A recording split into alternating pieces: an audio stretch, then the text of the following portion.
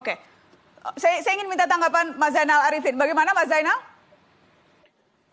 Saya ingin komentar dua hal. Nah, yang pertama adalah kalau saya melihat kesan bahwa DPR memperlakukan undang-undang itu sangat tidak sakral ya, karena kemudian seakan-akan masih bisa dipermainkan, masih bisa diubah. Padahal menurut saya undang-undang itu sakral.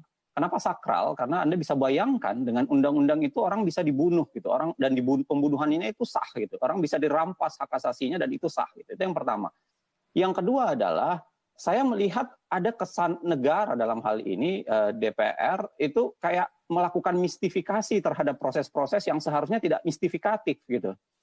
Saya ingin bayang misalnya begini nih, untuk meyakinkan publik bahwa ini tidak ada perubahan, yang dilakukan itu adalah bahasa-bahasa bersumpah tidak melakukan itu, meyakinkan tidak melakukan itu, tapi esensi dasar dari negara yaitu yang namanya transparansi, akuntabel, partisipasi, dan lain-lain sebagainya, itu tidak dipenuhi.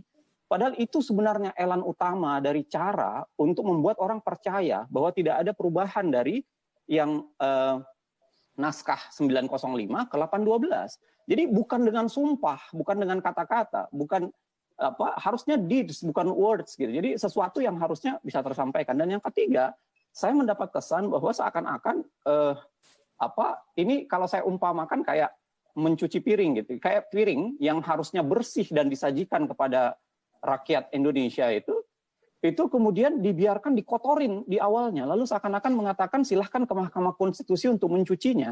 Seakan-akan DPR itu dan pemerintah angkat keluar dari tanggung jawab untuk membuat suatu perundang-undangan yang memang bersih dan baik.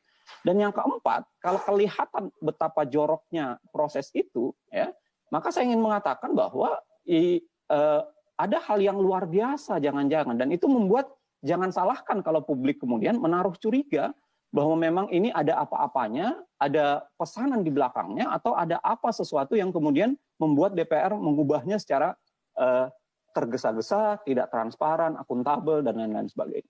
Baik, kita harus break.